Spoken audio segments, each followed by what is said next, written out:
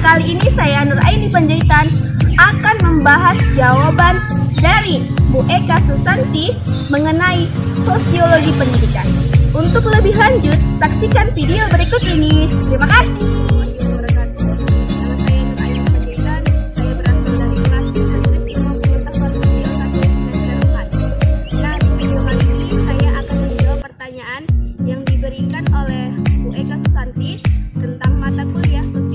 Nomor 1 pertanyaannya adalah, jelaskan definisi dari sosiologi pendidikan, latar belakang dan tujuan sosiologi pendidikan.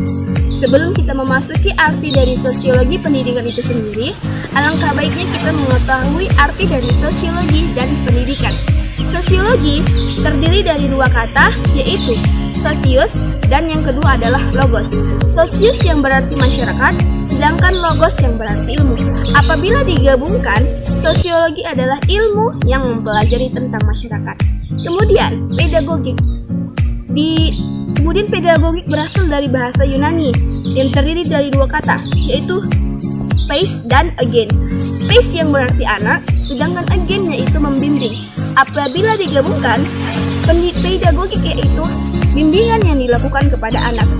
Selanjutnya, latar belakang sosiologi pendidikan. Sosiologi pendidikan dicetuskan oleh Bapak Auguste Comte. Ia lahir di Montpellier pada tahun 1978. Yang sehingga dikenal pada saat ini adalah Bapak Sosiologi. Selanjutnya yaitu latar belakang sosiologi pendidikan adalah seorang tokoh yang bernama John Dewey mendirikan sekolah di Chicago, Amerika Serikat. Tujuan mendirikannya adalah untuk membangkitkan semangat sosial antara guru dengan murid. Selanjutnya, latar belakang sosiologi pendidikan adalah adanya cultural lag, yaitu ketertinggalan kebudayaan, di mana perubahan sosial sangat cepat terjadi di dalam masyarakat, sehingga pendidikan tidak mampu mengatasinya. Berkembang yang namanya educational sociology, dan para ahli tidak sepaham dengan kajian sosiologi ini. Setelah adanya perubahan-perubahan, akhirnya muncullah yang terakhir yaitu perbedaan antara educational sociology dan sociology of education, di mana educational sociology menekankan kepada pertanyaan-pertanyaan yang bersifat kependidikan. Sedangkan Sociology of Education mengatakan yaitu proses sosiologis yang berlangsung dalam peranata dunia pendidikan. Adapun yang terakhir, tujuan dari sosiologi pendidikan adalah satu, untuk menganalisis sosialisasi anak, dan yang kedua adalah untuk menentukan tujuan pendidikan. Pertanyaannya adalah, dengan adanya virus COVID-19, bagaimana interaksi sosial yang terjadi di daerah sekitar kamu? Menurut saya, dengan adanya COVID-19 ini, interaksi sosial yang ada di daerah saya masih cukup berjalan dengan baik. Kenapa? Karena tempat saya ini jauh, ibaratnya dikatakan dengan kota-kota yang terkenal di Indonesia. Kota saya ini berada di Kabupaten Asahan, tepatnya di Kisaran Timur. Interaksi sosial yang ada di daerah saya itu masih berjalan dengan baik. Bahkan kenyataannya adalah para warga yang ada di sini masih berinteraksi dengan sebagaimana mestinya sebelum adanya COVID-19 ini. Kemudian ada satu yang mengganjal di hati saya, yaitu ini kan kita udah memasuki bulan Ramadan, yaitu di mana ketika sholat tarawih, para ibu-ibu ketika melaksanakan sholat mereka menggunakan masker. Memang kenyataannya pemerintah menganjurkan kepada masyarakat untuk ketika keluar dari rumah mereka menggunakan masker, dan pada saat sholat tarawih mereka menggunakan masker. Yang terakhir yaitu nomor 3. Yang pertanyaannya adalah, dengan adanya COVID-19 yang sedang berlangsung pada saat ini telah mengubah sistem pembelajaran yang biasanya dilakukan secara bertatap muka antara dosen dan mahasiswa di dalam kelas, kemudian berganti menjadi pembelajaran di rumah atau yang kita kenal dengan belajar online atau belajar daring. Yang pertanyaannya adalah, yang pertama, kelas sebagai sistem sosial dan interaksi sosial yang dilakukan selama belajar online atau daring ini. Kemudian yang B pertanyaannya adalah teori ruang kelas sebagai sistem sosial, di mana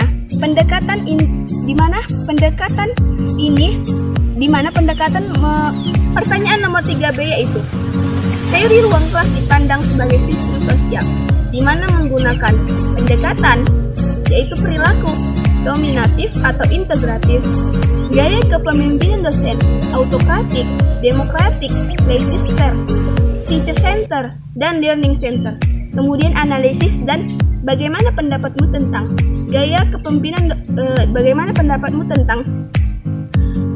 cara atau gaya dosen mengajar selama pembelajaran online ini.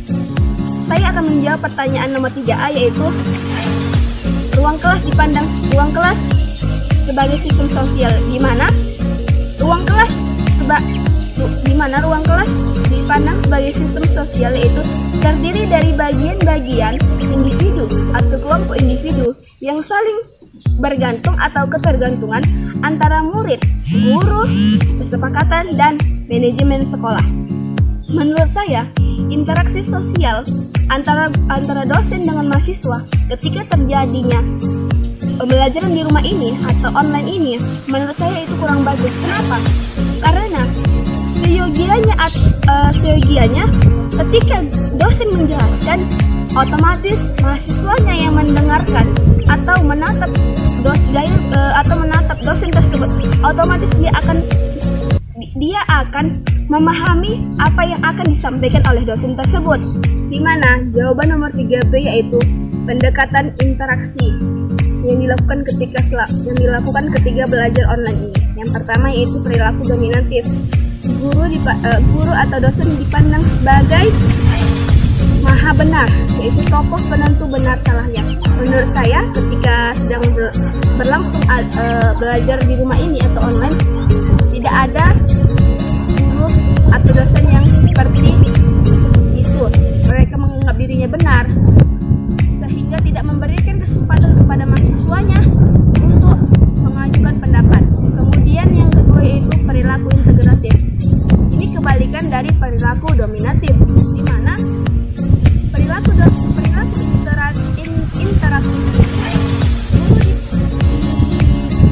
guru dipandang sebagai sumber motivasi dan memberikan inspirasi kepada mahasiswa.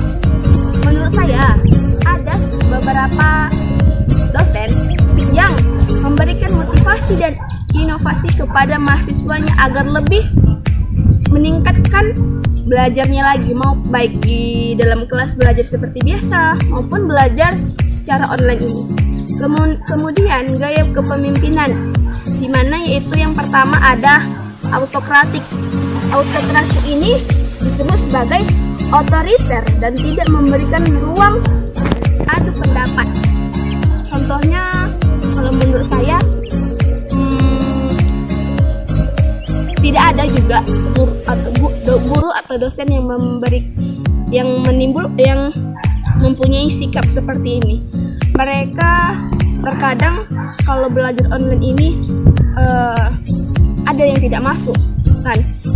Mereka tidak masuk, tetapi mengirimkan tugas kepada mahasiswanya, sehingga kami sebagai mahasiswa kewalahan untuk mencari jawabannya, belum lagi ditambah dengan pekerjaan rumah. Kemudian yaitu setelah autokratik ada namanya demokratif, di mana kemudian gaya kepemimpinan guru yaitu demokratif. Di sini guru atau dosen memberikan ruang untuk beradu pendapat kepada mahasiswanya.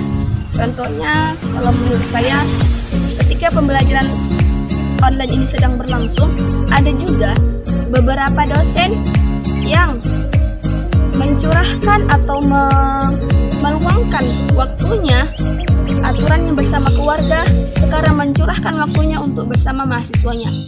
Mereka dosen yang seperti itu berarti mereka itu artinya pintar, bisa membagi antara keluarga dan juga mahasiswanya.